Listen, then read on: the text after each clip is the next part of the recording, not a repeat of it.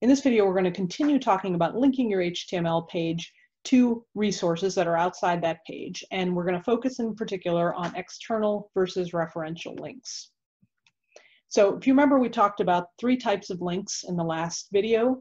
We're going to go through each of those in some detail here, and we're going to start with bookmarks. And if you recall, those are navigation links within a single page. So let's say this is your page. You have a web page that's got some content, and then way down on the page, there's a section that you would like your user to be able to jump to so that they can find it easily. So in order to facilitate that, you're going to use a bookmark link within the page to find other content. Remember, we need those 2 elements. We need something to link to, and here I've designated it with this little anchor icon. That's the place we're going to link to. Now, that's just really meant to be symbolic. You wouldn't actually see that on the finished page, and when we get to the coding, you'll see what I mean. But this is going to be the place you want to link to. And then this is going to be the word on the page that is, the underlined link that users can click to achieve that jump. So when they click on that link, they're going to be taken down to that anchored section. So that's a bookmark, and it's important to remember you have to code in both of those things, both the landing place, where that little anchor is, as well as the link that has the text that the user is going to click on.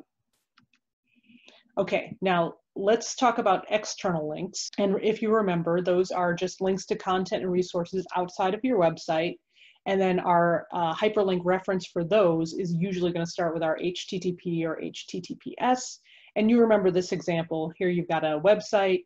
Here's your web page. You have some link text on there that goes to this URL, this address. It links when you click on it. And when you look under the hood, you get some code that looks like this. And you see that HTTPS before the full lourdes.edu address. So that would be an external link. Some examples of these, we can have links in the page head and in the page body. So here would be one that is going to access an external style sheet for font awesome icons. Here's one that is a different version of that using a script with a source property, a source attribute, SRC, to locate the external URL. And here we have an anchor tag again. That's the same one that we just looked at in the example.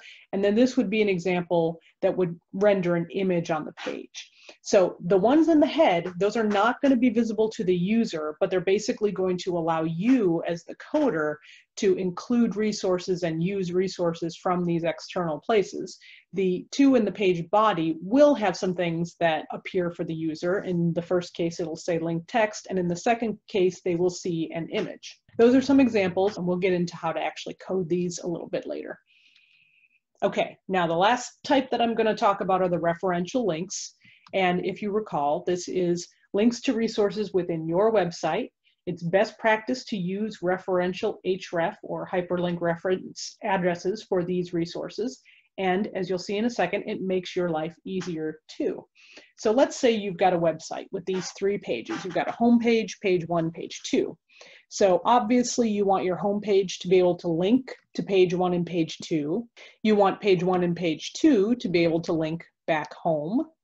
And then you would like page 1 to be able to link to page 2 and page 2 to be able to link to page 1. So these are fully navigatable amongst your web files. So you would use referential links to accomplish this linking. And then also, let's just notice here, you've got an image. So somewhere also on the server, you would have a folder called images maybe, and this image file would point to the location of that image in the folder. So when you're creating your website and you're creating it locally, you're going to use referential links to create all these links. And then you're going to move the entire structure up to the server. And we'll talk about that in the organizing your web page video that's after this one. But just keep in mind that you would be uploading several things here. Each of your 3 HTML pages that would link to each other. You'd also be uploading the folder called images and the image file within that folder. So all of those things you would have to make sure are on the server. And then once you have established the referential links among them, wherever you move that entire structure to, those links will still work. And that's why referential links are best practice and why they make it easier for you, because you can just take that whole website as a unit and you can move it to any server you like. And the links will all still work because you've used referential links. Let's take a look at some examples of those. And again, we'll look at links in the page head and in the page body. And so notice the difference here. I used the same types of links. One of them is linking to a JavaScript code file. And then here we have another one linking to a style sheet. In this case, it's a JavaScript file that I created that's on my site and a style sheet that I created that's on my site. And look at how the address is different. It has a folder name and a / in the case of the first one, and then these 2 dots / folder name / for the second one. You remember back when we were working on FTP with the command line, and I talked about that .. / is how you go up a folder or up a directory, right? That's how you kind of go backwards in the navigation to the larger container.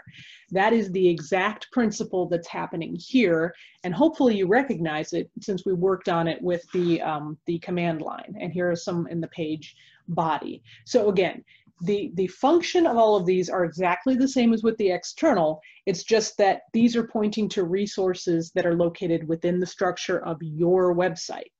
And we're going to learn how to code these referential links so that you can use a folder structure, which is really, really a best practice when you're designing a website. You don't want just all your files just sitting out there in the root folder. You want to actually create a clear folder structure and then be able to use these kinds of referential links to point to your content. All right, finally, I just want to put the two side by side here so you can see the differences. Again, they're the same types of links. They'd be linking to the same kinds of resources, script files, CSS files, a plain old hyperlink to another web page, and then an image. They're all doing that, but notice the difference in form. So you should immediately be able to visually identify, just by looking at the code, whether a link is external or referential. Hopefully that gives you a good sense of the different types of links and conceptually how they function.